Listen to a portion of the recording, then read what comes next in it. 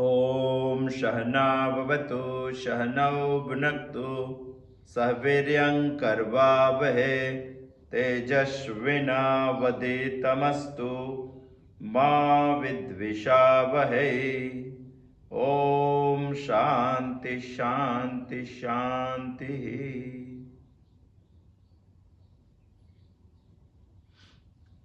मनुष्य जीवन परमोच्च शांतिमय बने, इसीलिए हम ये मंत्र पढ़कर केनोपनिषद की शुरुआत करते हैं। केनोपनिषद के मंत्र है। वैसे तो कई श्लोक होते हैं, मंत्र होते हैं और ऋचा होते हैं। उनके स्वर के हिसाब से अलग अलग प्रकार है। अभी हम मंत्र समझ रहे हैं। श्लोक समझना थोड़ा आसान है, इससे कठिन है मंत्र समझना, और इससे कठिन है ऋचा समझना। इसीलिए श्रीमद् भगवत गीता से केनोपनिषद हमें थोड़ा कठिन पड़ता है। फिर भी हम समझने की कोशिश करते हैं।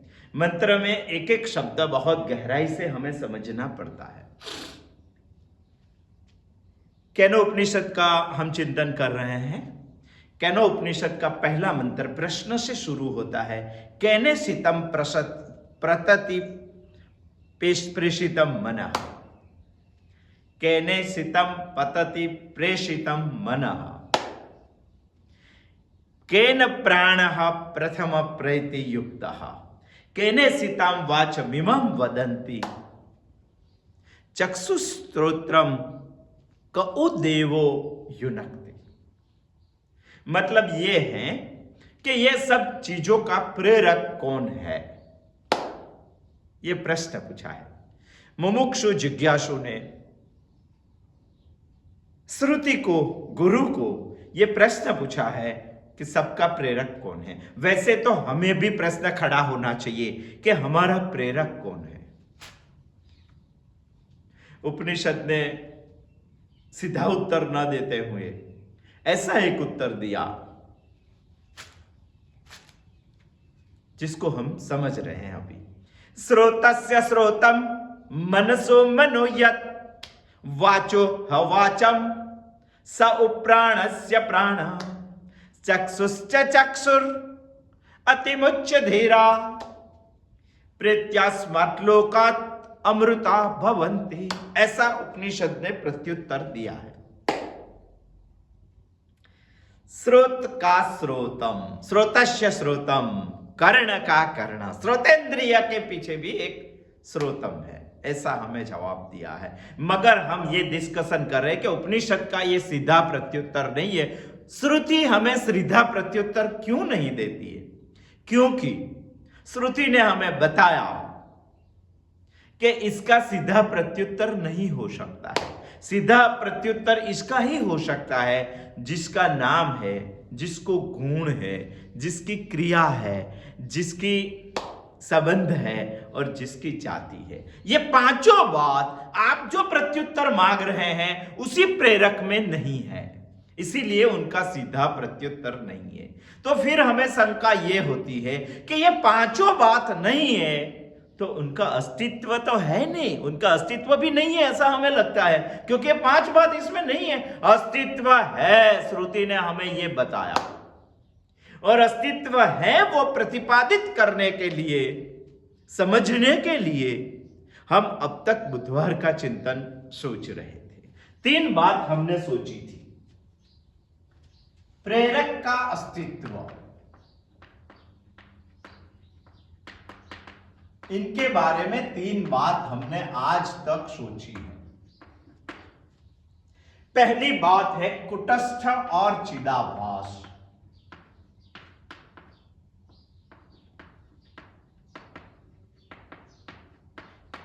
बाल्टी और सूर्य का दृष्टांत लेके हमने ये समझने की कोशिश की है। दूसरी बात है श्रोतादि इंद्रियों का व्यापार। आपको मानना ही पड़ेगा कि कोई श्रोतम चीज है।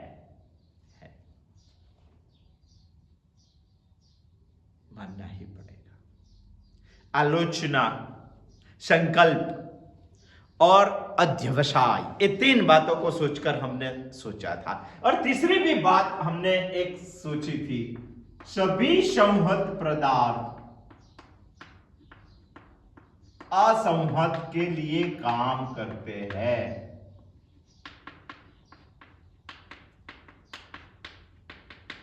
ये 3 बात हमने सोची थी। उसमें घर का एग्जाम्पल लिया था, घर की सारी चीजों का एग्जाम्पल लिया था, ये शरीर के सारे अंग का एग्जाम्पल लिया था।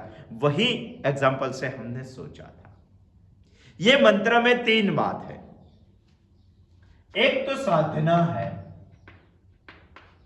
दूसरी करने वाला साधक है, और तीसरी जो सिद्धि मिलती है उसकी बात है। 3 बात है ये मंत्र में, हमें समझना पड़ेगा। प्रेरक कौन है, वो प्रश्न तो सबको खड़ा होता है। श्रुति ने पूछा है। ये प्रश्न के बाद हमने सोच लिया कि प्रत्युत्तर दिया। प्रत्युत्तर को समझने के लिए 3 बाबतों से हमने समझने की कोशिश की। ये मंत्र हमें 3 बातें बता रही है। एक तो साधना बता रहे हमें क्या करना है, दूसरी जो करता है वो कैसा है, और करने के बाद क्या मिलता है वो सिद्धि बता रहे हैं। यहां साधना है, हमें जानना है, हमें समझना है। क्या समझना है? श्रोतस्य श्रोतम मनसो मनोयत वाचो हवाचम सौ प्राणस्य प्राण चक्षुश्च चक्षु। ये हमें जानना है, ये हमारी साधना है। कौन जानता है? अतिमुच्य धीराहा, जो अतिमुच्य है और धीर है वो ये सब जानता है। तो फल क्या मिलता है, सिद्धि क्या मिलती है? प्रत्यास्मात् लोकात् अमृतात् भवन्ति। यही लोक को छोड़कर अमृतत्व को प्राप्त करते हैं। 3 बात बहुत आसान से ये मंत्र हमें समझना है, और 3 बात यही मंत्र में बताई है। हमें करना क्या है, करता है वो कौन है, और करने के बाद मिलता क्या है, ये 3 बातें हमें बताई है। साधना, साधक, सिद्धि। आज तक हम ये बात समझ रहे हैं। साधना क्या थी ये अभी 5 चिंतन से हम समझ रहे हैं। अभी 6थे चिंतन में साधक कैसा है ये बात हम समझेंगे। अतिमुच्य धीराः, ये समझना पड़ेगा। इसमें पहला ही शब्द है अतिमुच्य। ये अतिमुच्य को हम समझने का कोशिश करेंगे, समझने की कोशिश करेंगे। अतिमुच्य का अर्थ है मुच्य माने छोड़ना, त्यागना। जो ये समझ जाता है श्रोतस्य श्रोतम मनसो मनोयत वाचो ह वाचम प्राणस्य प्राण, जो उनकी जैसी समझ निर्माण हो जाती है, स्पष्ट हो जाती है, वो अतिमुच्य हो जाता है, वो त्याग कर देता, जीवन मुक्त हो जाता है। इसीलिए शब्द है अतिमुच्य। आज हम अतिमुच्य को ही समझेंगे, आने वाले बुधवार को हम धीर समझेंगे। अतिमुच्य यानी त्याग, छोड़ना। मगर यहां अति शब्द है, अति शब्द हमें बताता है, मुच्य को तो हम समझ पाए, छोड़ना, त्यागना, मगर अतिमुच्य शब्द हमें समझना है। और अतिमुच्य पूर्ण शब्द हमें यह बता रहा है कि इस संसार में विशिष्ट रूप से विशिष्ट चीज को विशिष्ट प्रमाण से छोड़ने का, त्यागने का। समझ गए अतिमुच्य? इस संसार की विशिष्ट चीज को विशिष्ट रूप से विशिष्ट प्रमाण में छोड़ने का, त्याग करने का। हम सोचेंगे कि इस दुनिया में ऐसी कौन सी चीज विशिष्ट है जिसको छोड़ने की विशिष्टता बहुत बड़ी हो जाएगी। पैसा छोड़ने की बात नहीं है यहां, संसार छोड़ने की बात भी नहीं है यहां, संन्यास लेने की बात भी नहीं है यहां। यहां हमें कुछ समझना पड़ेगा। यहां जो छोड़ने की बात है, यहां जो त्याग करने की बात है, उसी को ही अतिमुच्य बोलते हैं। जो समझ जाता है, श्रोतस्य श्रोतम मनसो मनोयत वाचो हो वाचम, वो अतिमुच्य हो ही जाता है। पूरा संसार क्या करते हैं? विशिष्ट किसको बोलते हैं? जो सामान्य से अलग है उसी को हम विशिष्ट बोलते हैं।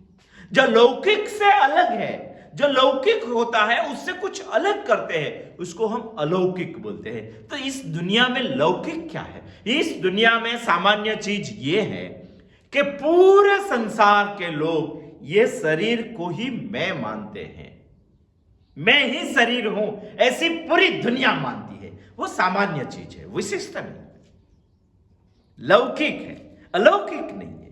हमें यहां विशिष्ट चीज को त्याग करना है, इसी को अतिमुच्य धीरा बोलते हैं। अतिमुच्य समझना है। पूरी दुनिया ये शरीर को ही मैं मानती है। जैसे कि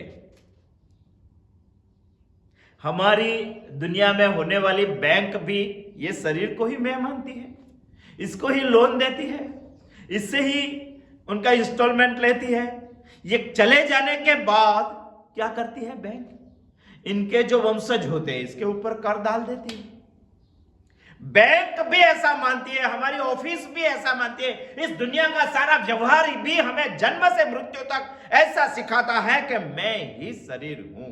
इसीलिए तो ये दुनिया में सबसे बड़े दुख का कारण ये ही है, मैं ही। हमारे संबंध भी शरीर से है, पत्नी भी शरीर से शादी करती है, हमारा पुत्र भी इस शरीर से प्रेम करता है, हमारा मित्र भी इस शरीर से प्रेम करता है, सारी दुनिया का संबंध भी इस शरीर से है। इसीलिए इस दुनिया में एक लौकिक चीज ऐसी बन गई है कि ये शरीर ही मैं हूं। वास्तव में ये शरीर मैं नहीं हूं, ऐसा जो मानने वाला है वो अलौकिक है। ये शरीर मैं हूं ऐसा मानने वाला जो है वो लौकिक है, सामान्य है। ऐसा मानने वाला जो है, ऐसा समझने वाला जो है, श्रुति हमें यही बता रही है कि आप श्रुतस्य नहीं है, आप श्रुतम है। आप मनस्य नहीं है, आप मनम है। आप वाचस्य नहीं है, आप वाच है। ये बता रही है, समझना चाहिए। सामान्य चीज है इस दुनिया में, ये शरीर को मैं हूं ऐसा मानने वाला, ये इंद्रिय मैं हूं ऐसा मानने वाला, ये मन मैं हूं ऐसा मानने वाला, ये बुद्धि मैं हूं ऐसा मानने वाला। मगर ये सब चीज मैं नहीं हूं। चिदानंद रूप शिवोहम शिवोहम, मैं कोई अलग ही हूं, ये समझ जिसकी खड़ी हो गई वो सारी उपाधियों से मुक्त हो जाता है। यहां अतिमुच्य माने उपाधि रहित बनना।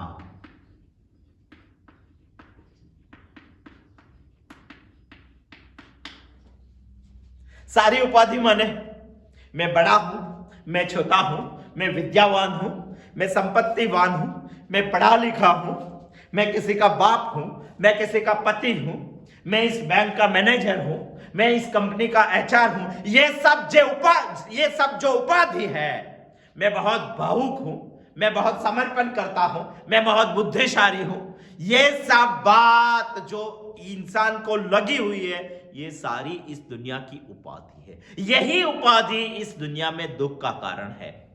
जो उपाधि को त्याग कर देता है, जो उपाधि रहित बन जाता है, इसी को अतिमुच्य धीरा कहते हैं। मगर प्रश्न ये खड़ा होता है कि उपाधि रहित बनना है तो कैसे बने? हम बहुत क्रमशः चिंतन कर रहे हैं श्रुति का, सोचना पड़ेगा। हम क्रमशः चिंतन कर रहे हैं और सिर्फ इंडेक्स ही चिंतन करें, इसके ऊपर तो बहुत गहरे से चिंतन होना चाहिए, मगर समय की मर्यादा होती है, इसमें आपको मुझे ये बता देना पड़ता है, तो कैसे गहराई में जाएंगे। इसके लिए तो सिर्फ एक स्कूल भी होनी चाहिए जिसमें यही पढ़ाया जाएगा, अतिमुच्य। क्योंकि श्रुति का यह मंत्र है और मंत्र का एक एक शब्द, एक एक अक्षर, एक एक स्वर बहुत ध्यान देके उसमें डाला हुआ है। वो पढ़ने के लिए, वो समझने के लिए हमें समय चाहिए। इसीलिए तो पहले बताया, ये श्लोक नहीं है, ये मंत्र है। और मंत्र से ज्यादा मुश्किल है रुचा समझना। इसीलिए तो हम वेदांत को अभी टच नहीं किया है, और वेदांत को टच करने के लिए अन्य दर्शन को टच करना पड़ता है। इसी को ही बोलते हैं दर्शन शास्त्र। हम पढ़ेंगे, अभी तो हम श्रुति उपनिषद पढ़ रहे हैं, बाद में दर्शन शास्त्र का अध्ययन करेंगे, ब्रह्म सूत्र तक पहुंचेंगे। गीता, उपनिषद और ब्रह्म सूत्र हमारी प्रस्थान रही है। 3 ही प्रस्थान है जीवन में लेने जैसे, और तीनों प्रस्थान मनुष्य को लेना ही चाहिए। हम सोच रहे हैं अति मुच्य।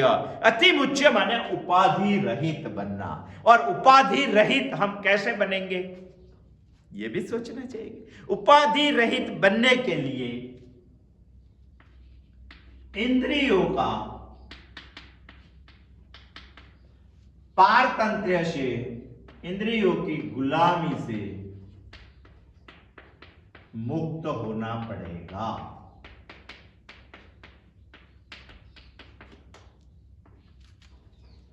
कितनी क्रमशः चिंतन है सोचिए।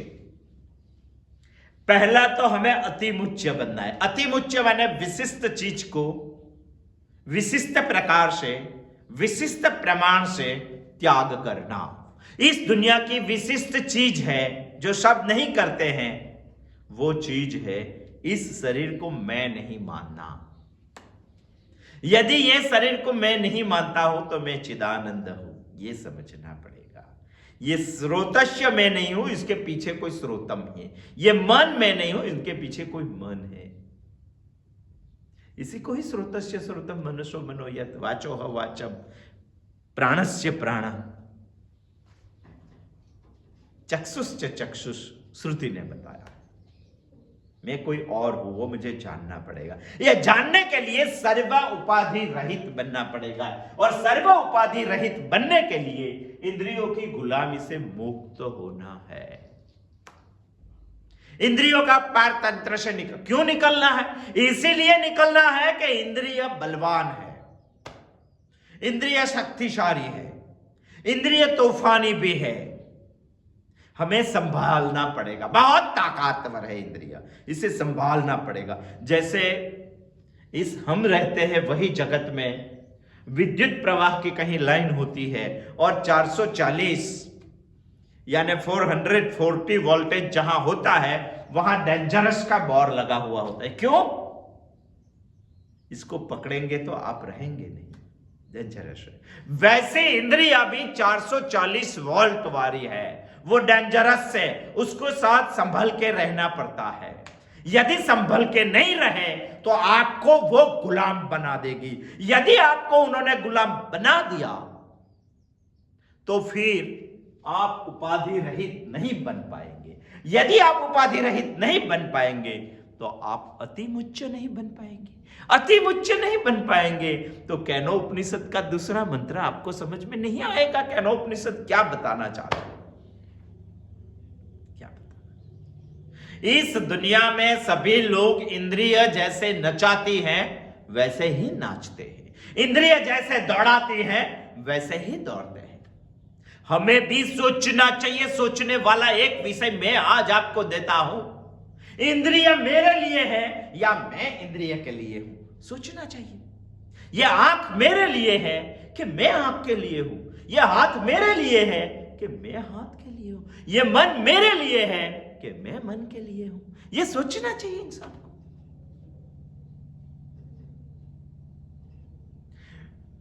इंद्रिय और इंद्रिय जहां जाती हैं, विषय दोनों ईश्वर ने निर्माण किए हैं। विषय इतने शब्द, रूप, रस, गंध, स्पर्श इतने अच्छे, इतने आकर्षक बनाए हैं कि दुनिया का कोई इंसान की ताकत नहीं इसकी आकर्षकता निकालने की। सोचो कितनी गहराई से सोचना पड़ेगा। यह सारी दुनिया 5 विषयों से ही बनी हुई है और 5 विषय ईश्वर ने बनाया हुआ है, और ईश्वर ने इतनी आकर्षकता से बनाया हुआ है कि मैं उनकी आकर्षकता खलास नहीं कर सकता। मैं उनके सामने कुछ नहीं हूं। आकर्षकता खलास नहीं कर सकते तो इंद्रिय वहां जाएगी ही।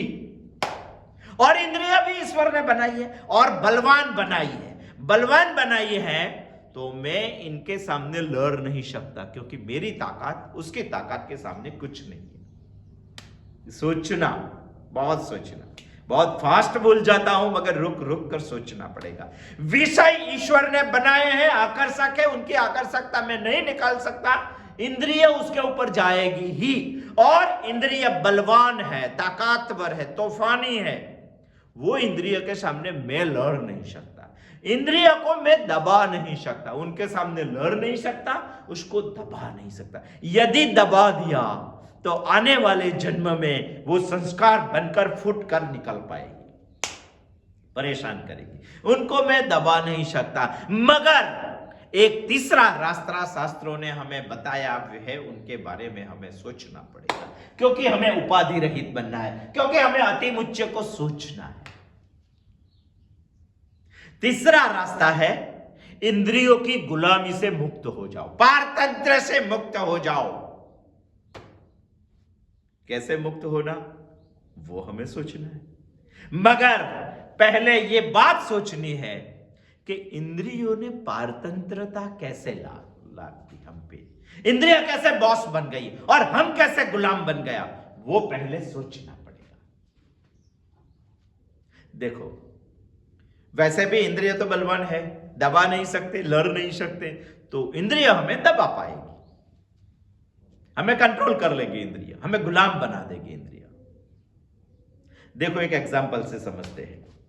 एक प्रौढ़ पिता है घर में, जिसकी उम्र करीबन 65 इयर्स हो गई, रिटायर भी हो गया है, घर में उनके 2-3 बच्चे भी हैं, बच्चे भी बड़े हो गए, बच्चे की बहू भी आ गई है, पुत्र वधू भी उसके घर में आ गई है। मगर जब इंसान प्रौढ़ होता है, वृद्ध होता है, तभी उनकी कुछ शक्तियां क्षीण हो जाती है, इसका कंट्रोल कुछ कम हो जाता है। बच्चे बड़े हो जाते हैं, उनके पावर बढ़ जाते हैं, उनके पावर बढ़ जाते हैं, तो अभी बाप बच्चे पे, लड़के पे कंट्रोल नहीं करता है, अभी लड़का बाप पे कंट्रोल करने लगता है, क्योंकि बाप बड़े हो गए, शक्ति क्षीण हो गई है।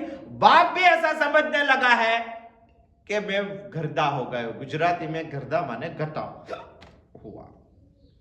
वो बोलते हैं कि अभी मेरा कुछ नहीं चलेगा, उन्होंने हार स्वीकार कर ली है, तो बच्चे उसके बड़े हो जाएंगे। यदि हम सोचेंगे कि बाप पे जगह पे हम हैं और बच्चे की जगह पे इंद्रिय है, हम ऐसा मानने लगेंगे कि हम मजबूर है, हम निर्बल है, हम कुछ कर नहीं पाते, हम वीक हो जाएंगे, तभी इंद्रियां बलवान हो जाएगी और हम पे कंट्रोल करने लगेगी। आप बोलेंगे कि हम बलवान हैं और हम निर्बल हैं, वो बात कैसे समझनी? आपका अहम, यदि आपका अहम नॉर्मल हो जाएगा, यदि आपका अहम हल्का हो जाएगा, यदि आपका अहम वीक हो जाएगा, तो इंद्रियां बलवान होकर आपके ऊपर कंट्रोल जमाने लगेगी। यदि उनके कंट्रोल में आप आ गए तो आप उपाधि रहित नहीं बन पाएंगे, आप अति मुच्च धीरा नहीं समझ पाएंगे। तो यहां प्रश्न ये हुआ कि हमें अहम को खलास करना नहीं है। यदि जिनका अहम खलास हो गया है, उनका आत्मा मर गया, ऐसी बात समझ लो। मरे हुए आत्मा वाले वो लोग इस दुनिया में बहुत सारे लोग हैं, बहुत सारे लोग। यदि अहम खलास हो गया तो इंद्रिय तूफानी हो जाएगी, इंद्रिय हम पे कंट्रोल कर लेगी, इंद्रिय हमें नचाएगी, इंद्रिय हमें दौड़ाएगी। वास्तव में वो हमारे लिए बनी है, मगर हम ऐसा सोचते हैं कि वो उनके लिए हम बन गए, ऐसा सोचने लगे। वो हमें दौड़ाएगी, वो हमें नचाएगी। तो सॉल्यूशन क्या है उनका? ये सॉल्यूशन है, आपको आपका अहंकार बढ़ाना पड़ेगा। आप बोलेंगे तो ये अशास्त्रीय बात है। श्रुति हमें बता रही है कि आपको आपका अहंकार बढ़ाना पड़ेगा, मगर कई लोगों को वो लगता है कि ये तो अशास्त्रीय है, शास्त्रीय नहीं है। वास्तव में ये बात समझने के लिए हमें अहंकार के 3 प्रकार को समझना पड़ेगा, तभी तो हमें अहंकार समझ में आ जाएगा। क्योंकि कई लोग ऐसा मानते हैं कि इस संसार में अहंकार बढ़ता है, इसीलिए ये अहम को कम करने के लिए ऋषि मुनि जंगल में जाते हैं और तप करते हैं, और तप कर अहंकार को कम करते हैं। बात उल्टी है, हमें समझनी पड़ेगी। यहां इस दृष्टि से, इस मंत्र की दृष्टि से, संसार में अहंकार काम का नहीं है, वो बढ़ता है। और जंगल में अहंकार जो काम का है वो बढ़ता है, मगर जंगल में भी बढ़ता ही है, बढ़ना चाहिए। अहंकार बढ़ेगा तो इंद्रिय कंट्रोल में रहेगी, यदि इंद्रिय कंट्रोल में रही तो हम उपाधि रहित बन जाएंगे, यदि हम उपाधि रहित बने तो हम अति मुच्च समझ पाएंगे। लंबी यात्रा है मगर समझनी पड़ेगी। इसकी गुलामी में से निकलने के लिए अहंकार बढ़ना चाहिए। अहंकार बढ़ाने के लिए 3 जगह है, एक है संसार, दूसरा है जंगल, तीसरा है तत्व ज्ञान श्रुति। बात हमें समझनी पड़ेगी, मगर यह समझने के लिए हमें ये 3 बात समझने के लिए हमें 3 अहंकार के प्रकार भी समझने चाहिए। यहां अहंकार बढ़ता है चीजों से, यहां अहंकार बढ़ता है मिजाज से,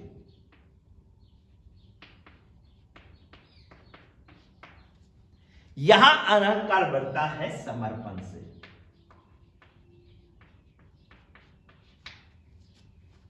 ऐसे बात करेंगे तो ये है भौतिक,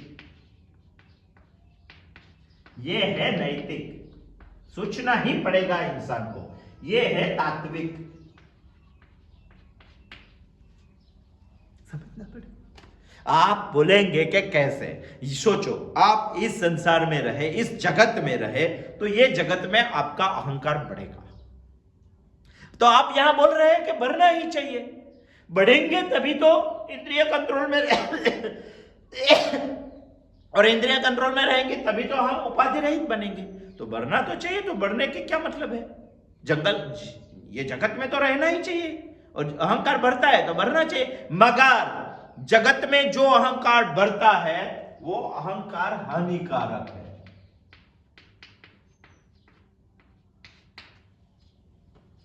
यहां जो अहंकार बढ़ते हैं वो दूसरे को निम्न कर हम बड़े हुए हैं ऐसा सोच कर बढ़ता है। यदि ये अहंकार बढ़ा तो ये निम्न अहंकार है, ये हानिकारक अहंकार है, और वैसे ही बढ़ता है। इस दुनिया में मैं बड़ा क्यों? क्योंकि दूसरा छोटा। सभी बातों में इंसान वैसे ही मानते हैं, पद की बात में, पावर के बारे में, प्रतिष्ठा के बारे में, पैसों के बारे में ऐसा ही सोचता है कि मैं बड़ा, इसीलिए दूसरा छोटा, और दूसरा छोटा ही रहना चाहिए क्योंकि मुझे बड़ा होना है। वो हानिकारक अहंकार है, इस जगत में बढ़ता है। तो जंगल में क्यों जाना है? अहंकार बढ़ाने के लिए। क्यों बढ़ाना है? उपाधि रहित होने के लिए। क्यों उपाधि रहित होना है? अतिमुच्च को समझना है, अतिमुच्च बनना है। तो जंगल में जाके अहंकार कैसा बढ़ता है? हम जब जंगल में जाते हैं तो निसर्ग को देखते हैं, पेड़ पौधे को देखते हैं, झरने को देखते हैं, नदी को देखते हैं, पहाड़ों को देखते हैं, ये सब को देखते हैं। मगर उनके मिजाज में कोई दिन फर्क आया क्या? जंगल में 500 साल से खड़ा हुआ एक पेड़ भी होता है, एक वृक्ष भी होता है, मगर कभी वृक्ष ने ऐसा बोला आपको कि आप मुंबई में रहते हैं तो यहां आके मुझे नमस्कार कीजिए? बोला आपको? आप 100 साल से मुझे मिलने के लिए नहीं आया, ऐसा बोला उन्होंने ऐसा बोला कि आपने कभी भी मुझे थैंक यू नहीं किया, ऐसा बोला, नमस्कार नहीं किया। आप जाएंगे या नहीं जाएंगे, जंगल के ये पेड़ को कोई फर्क पड़ने वाला नहीं है, जंगल की ये नदी को कोई फर्क पड़ने वाला नहीं है। यहां राजा यदि देवलोक हो जाएगा तो कई लोगों में फर्क पड़ेगा, जंगल में यदि राजा देहांत हो जाएगा तो कोई पेड़ पौधे झरने किसी को भी फर्क पड़ने वाला नहीं है। उनका मिजाज ही कुछ और है। मिजाज ही, आप जाएंगे या नहीं जाएंगे, जंगल के निसर्ग को कोई फर्क पड़ने वाला नहीं है। आप नमस्कार करेंगे या नहीं करेंगे, जंगल के निसर्ग को कोई फर्क पड़ने वाला नहीं।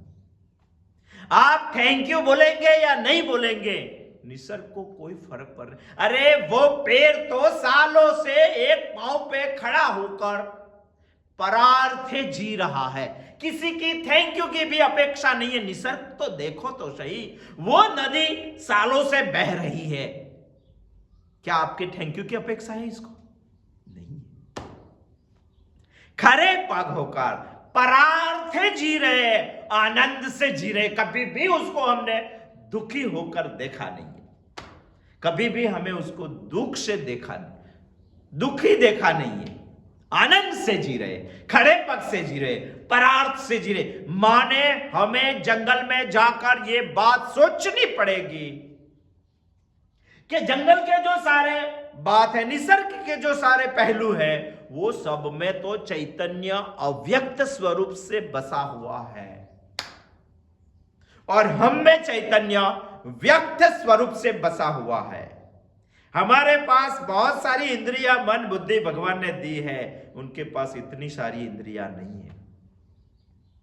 अरे उनको निसर्ग के पास अव्यक्त चैतन्य है, फिर भी उनका मिजाज कुछ अलग ही है, और हमारे पास व्यक्त चैतन्य है, फिर भी हम कुछ अलग ढंग से जी रहे हैं। हमें जंगल में जाकर हमारे अहंकार को बढ़ाकर ऐसा सोचना चाहिए कि ये वृक्ष चल नहीं सकता, ये वृक्ष बोल नहीं सकता, ये वृक्ष हमारे जैसी क्रिया नहीं कर सकता है, उनके पास अव्यक्त चैतन्य है, फिर भी वो हमसे बड़ा है, तो मैं क्यों ऐसा नहीं हो सकूं? मुझे भी होना चाहिए, क्योंकि मुझ में अव्यक्त चैतन्य है और व्यक्त चैतन्य अव्यक्त से बड़ा गिना जाता है, तो मुझे बड़ा बनना चाहिए। मुझे यह शोभा नहीं देता है किसी को हल्का समझ के मेरा अहंकार बढ़ाना, वो मुझे शोभा नहीं देता है। और जंगल के सब लोग किसी को भी हल्का न समझकर अपना खुद का मिजाज कुछ अलग रखते हैं। हम सब सोचते हैं उसी दृष्टि से तो हम उससे कई गुना आगर है, मगर मिजाज की दृष्टि से, अहंकार की दृष्टि से हम बहुत पीछे हैं। वो बढ़ाने के लिए जंगल में जाना चाहिए, मिजाज देखने के लिए। और तीसरा जो अहंकार है,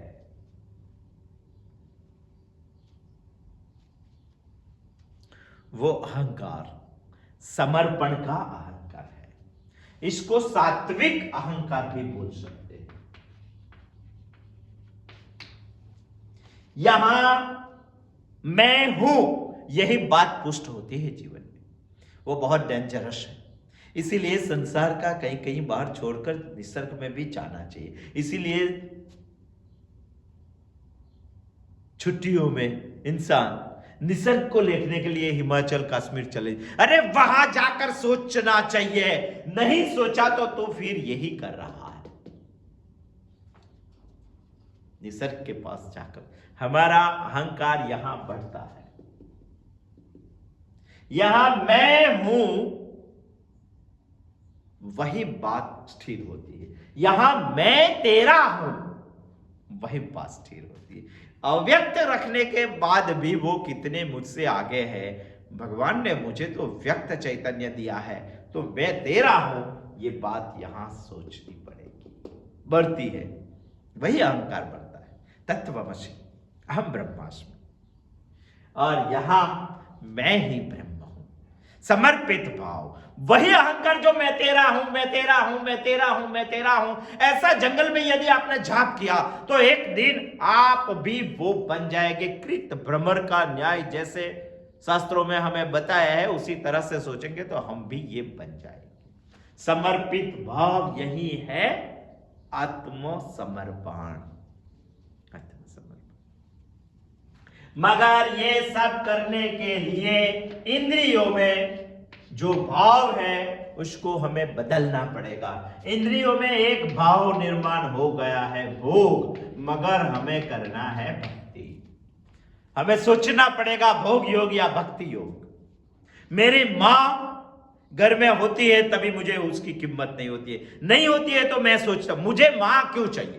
मेरे बच्चे को रखने के लिए मां चाहिए, घर को संभालने के लिए मां चाहिए, मुझे मां क्यों चाहिए। अरे इसके लिए मां सिर्फ नहीं है। यदि आपने सोच लिया कि मुझे मां इसके लिए चाहिए, तो आप मां के प्रति भी भोग दृष्टि है। ये घर काम ये सब मां करेगी नहीं, ऐसा नहीं है, तो साफ करेगी, मगर मां इसके लिए नहीं है, ये दृष्टि हमें बदलनी। चाहिए। इंद्रिय सिर्फ इस दुनिया का भोग भुगतने के लिए ईश्वर ने नहीं दिए, कुछ और भी काम उनके पास करना है, वो है उपाधि रहितता। मेरे बाप मुझे क्यों चाहिए, पिता मुझे क्यों चाहिए? छत्र छाया के लिए चाहिए, पैसों के लिए चाहिए, संपत्ति के, अरे पिता होगा तो ये सब तो मिलेगा ही, मगर सिर्फ इनके लिए पिता नहीं है। पिता कुछ अलग चीज है, वो सोचने के लिए भाव दृष्टि चाहिए, भोग दृष्टि चाहिए। हमें यदि इंद्रियों से मुक्त होना है तो अहंकार को बढ़ाना है और दृष्टि बदलनी है। भोग दृष्टि से भाव दृष्टि के बारे में हमें सोचना पड़ेगा। आज की बात इतनी ही है कि उपनिषद ने जो प्रत्युत्तर दिया है दूसरे मंत्र में प्रेरक का, वो सही प्रत्युत्तर है। इसीलिए ये बात उपनिषद ने हमें बताई कि श्रोतस्य श्रोतम मनसो मनोयत वाचो ही वाचम प्राणस्य प्राण चक्षुश्च चक्षु। ये जो समझ गया वो अतिमुच्य हो जाएगा। यदि वो अतिमुच्य हो जाएगा तो इनको शास्त्रों धीर पुरुष बोलते हैं। तो फल क्या मिलता है उसे? फल मिलता है ये लोक को छोड़कर प्रत्यास्मात् लोकात् अमृतात् भवन्ति, अमृतात् भवन्ति। मगर अति मुच्य तो हमने समझ लिया, अभी हमने समझना है धीरा। आने वाले बुधवार को आएंगे और धीर शब्द के ऊपर कुछ चिंतन करेंगे। अस्तु, जय श्री कृष्ण।